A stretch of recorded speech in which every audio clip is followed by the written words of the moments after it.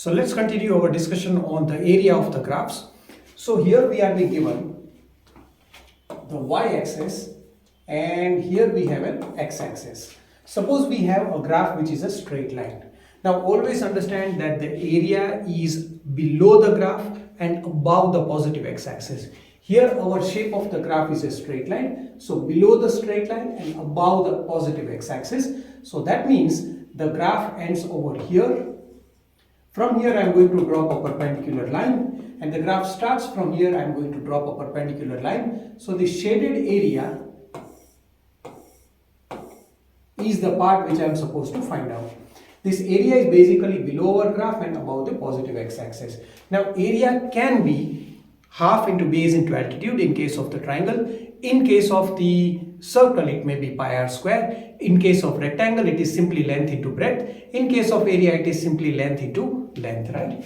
So here I am going to multiply this part and this part because this part is a rectangle. So simply if I am given all the values, simply this part multiplied by this part will give me the area of the graph.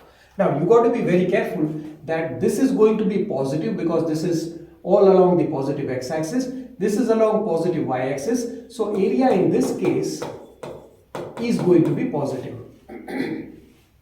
But let's look at the situation over here. This is our x-axis, positive x-axis.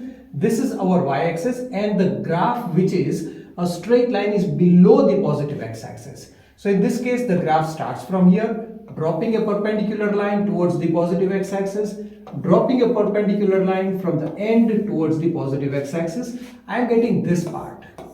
Now this shaded area is definitely a rectangle, but the shaded answer is going to be negative. That is due to the case that if this coordinate is 0, this is below the y-axis, so minus y.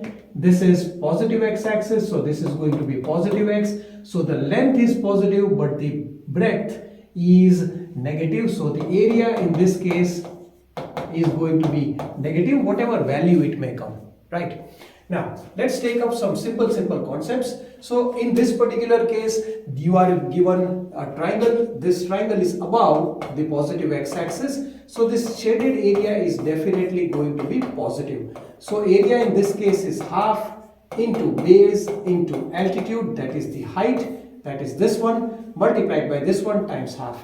Alright, in this case the area is going to be a circle and the area is simply pi times r square. Sorry, I made an error in writing. This is pi times of r square. Now some hints will be given in the question in order to find out the radius. I mean, they would have given you this distance or they may give you this distance, right? In both of the situation, this gap is basically the diameter times multiplied by 1 by 2 is going to be the radius. You may simply find out the area.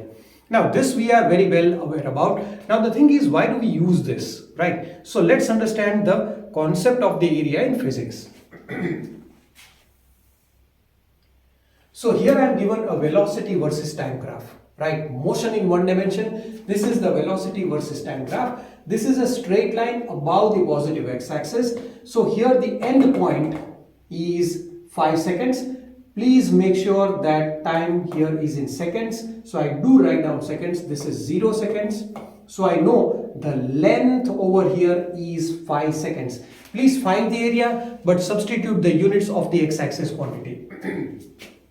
So this length is 0 and this is 10. So the length is going to be, I am going to calculate the area. This is simply length times of the breadth, but the length is equal to 10 minus 0, so 10 meter upon second. Please do write the unit also, correct?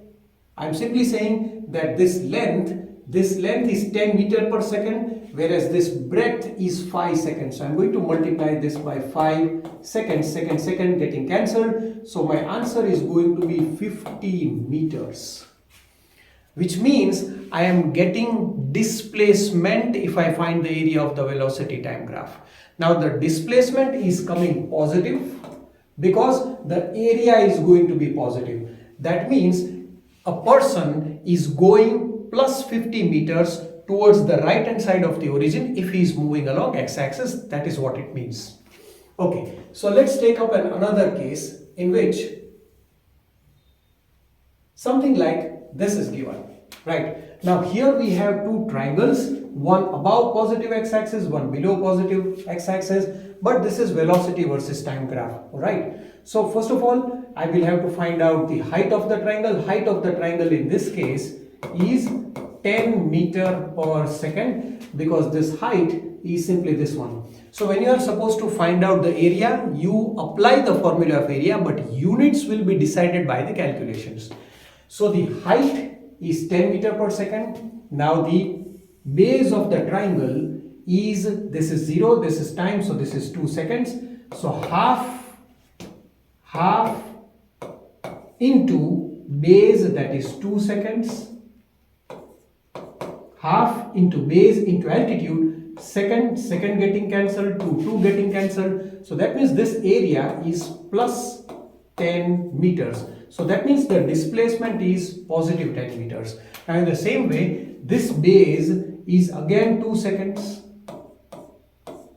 But this height this time is going to be negative. So height over here is minus 10 meter per second. So if I calculate the area, let me call this as area A1. So A1 area is positive 10 meters. But the negative area, that is this below area, is going to be half into base, that is base is again 2 seconds, please write the unit as well, into, this is minus 10 meter upon second. Second gets cancelled, 2 gets cancelled, your answer is minus 10 meters. So the area in this case is minus 10 meters. Now if I am being asked to find out the total area, the total area in this case, total area is going to be A1 plus A2. So with sign, this is going to be plus 10 meters, minus 10 meters, that is going to be 0 meters. Now please note, what did we do? We found the area, but we got displacement.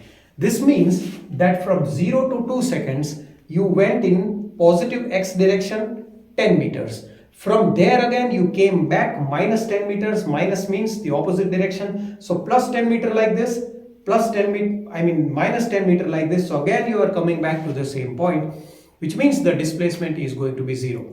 Right. So overall, if you are being asked to find out the area from 0 to 2, displacement is positive. 2 to 4, displacement is negative. Total displacement is going to be 0. So please note about these things.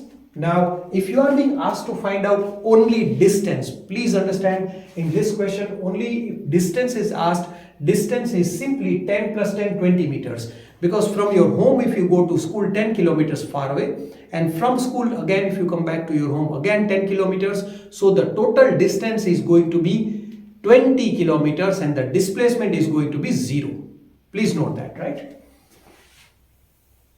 Now, in this case, there is a graph which says that force is on the y-axis, displacement is going to be on x-axis. So again, if I find the area from 0 to 10 meters, this is 5 newtons. So area is below the graph and above the positive x-axis. Simply, I am going to get area is equal to length, that is 5 newton, multiplied by breadth, that is 10 meters. So I am going to get the answer as 50 newton times meter is joule, which is the unit of work done. So you may get different physical quantities if you find the area of different graphs.